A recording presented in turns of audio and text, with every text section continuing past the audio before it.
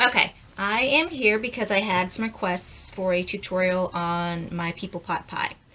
And I wanted to do a version that was a little bit easier for people who don't have mask making supplies with them, because I actually use latex and all that stuff to make mine. So I went to the store and bought a $1 mask. I think this was a mummy when I bought it, and it was white. So I painted it flesh tone so that we could use it for this.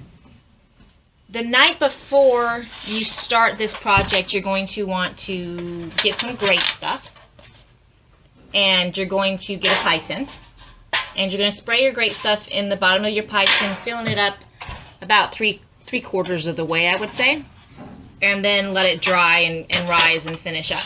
Now, the problem that I had with the pie tins and the great stuff is that it was pushing out the bottom of the pie tin.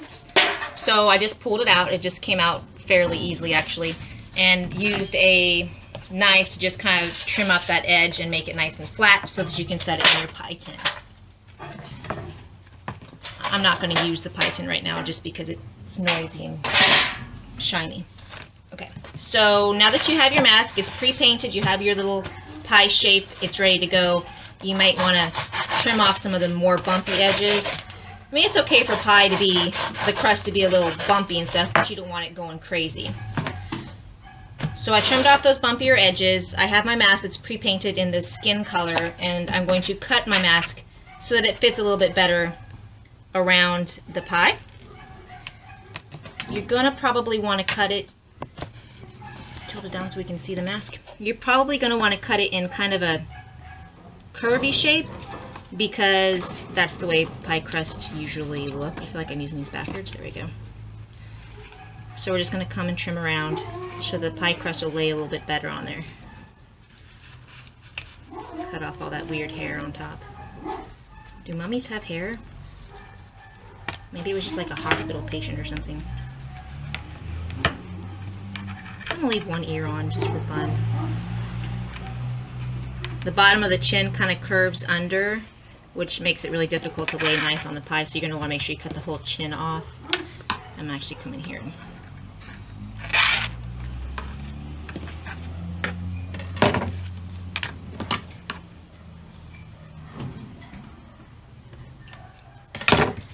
Okay, so I've got my mask cut and ready to lay on top of my pie.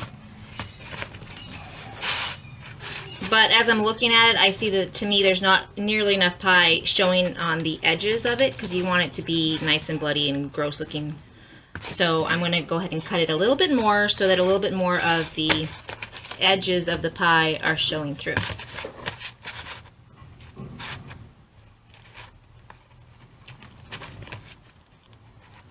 Just like a corner here and a side there a little bit.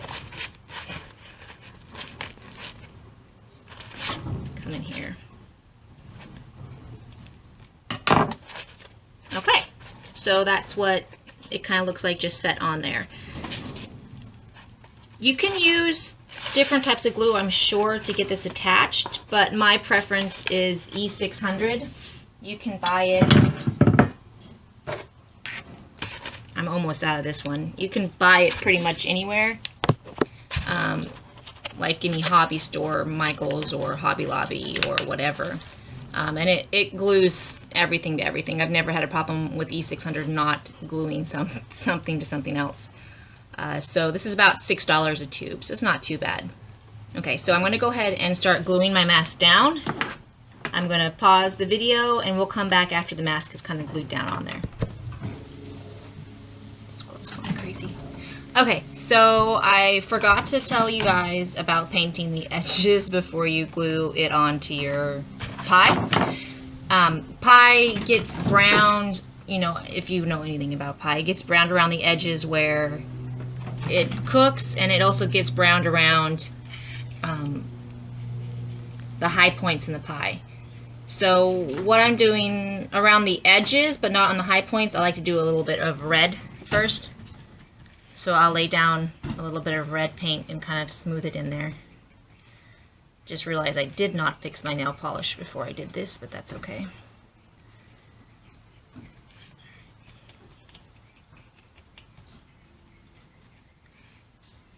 Can you pick it up and hold it up above here? Haley's being my little shop helper today. Helping me film this. Can you see? Let's get back into the... a little bit. Okay.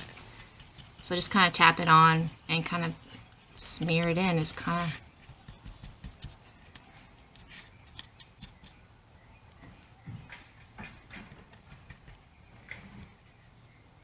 Okay, and then after that I have a dark brown paint that I'm going to come through and lay on the edges and then the high points, okay?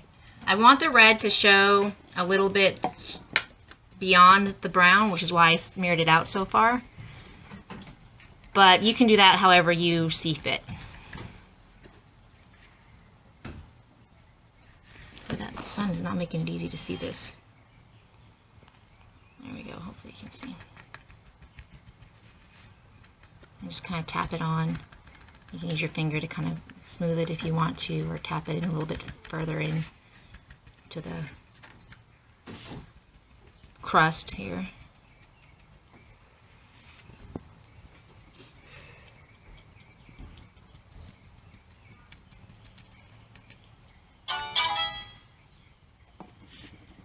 Really should have turned my phone off before I started doing this.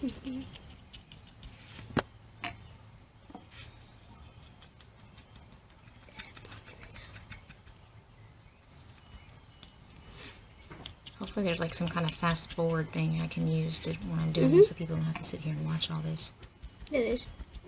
Okay, so I got the edges kind of browned out, and then I'm going to do like the top of the nose because that's a high point. I also do around the eyes a little bit. You can cut those eyes to be shaped a little bit differently if you would like. I'm just not doing it because I'm just not taking the time to do it. But you're more than welcome to do that however you want to. It's your pie.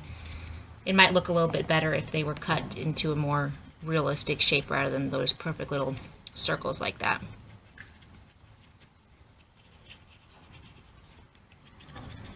So we got kind of our high points kind of touched in, browned a little bit like they had been cooking for a while in the oven, okay? You can take as much time or as little time as you want to on that. That's up to you. It's your pie. Okay, then we're going to let that dry. We're going to glue it to our crust here, or our actual pie filling here, and then I'll get back to you in just a little bit.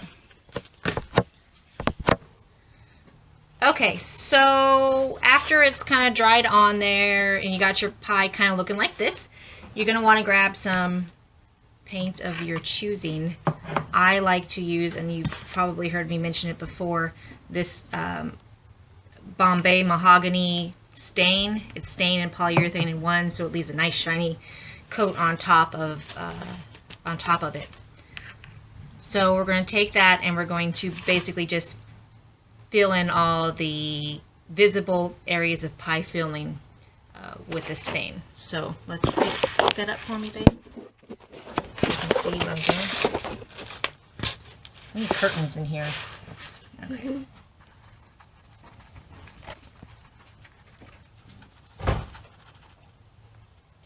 This isn't the exact way that I do the ones that I sell, but it's a way that I felt like was probably the simplest and the easiest for, like I said, people that don't have all the mask making supplies and stuff at their disposal. It's okay if you make a little bit of a mess. We're talking about a pie here. They're always bubbling over the edges of things. You can leave the teeth in the mask if the mask comes with teeth, or you can take them out, or you can add teeth in.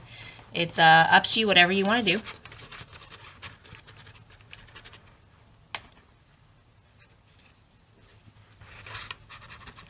So one of the problems that I was having, and I'm still struggling with it a little bit, is that when I grate stuff the pie tin, it expands and almost either stretches out the pie tin or shrinks a little bit.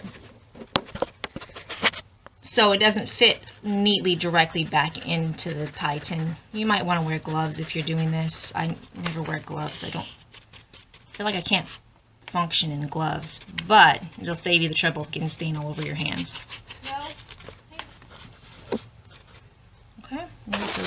here.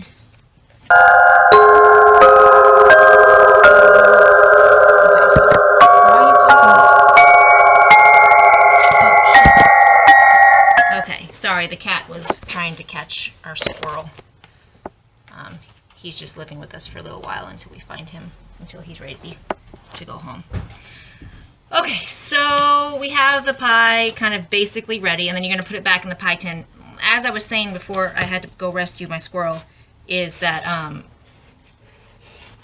maybe the best option would be to get yourself the 9-inch pie tin to put your foam in, and then you're going to put your pie back into a pie tin that's a little bit smaller than the 9-inch, like a 7-inch pan or whatever they have. So I'm going to let this dry, and then we'll get back to you on the rest of it a little bit later on. Thanks. Okay, so I'm back. I have taken my pie and placed it in its pan. Again, I used the E6000 to glue it into the pan to make sure that it stays put. I've dirtied up the edges a little bit. When you're doing it, you may have edges that don't meet up. In that case, you can take some hot glue and just kind of bring those edges together a little bit and paint over them with the glue again. So this is kind of what it will look like. You can play with it and make it yours. Again, this isn't the way that I do the ones that I sell. This is just a way that I thought would be convenient and easier for people at home to do. So have fun doing it, and I hope it looks great. Thanks, bye.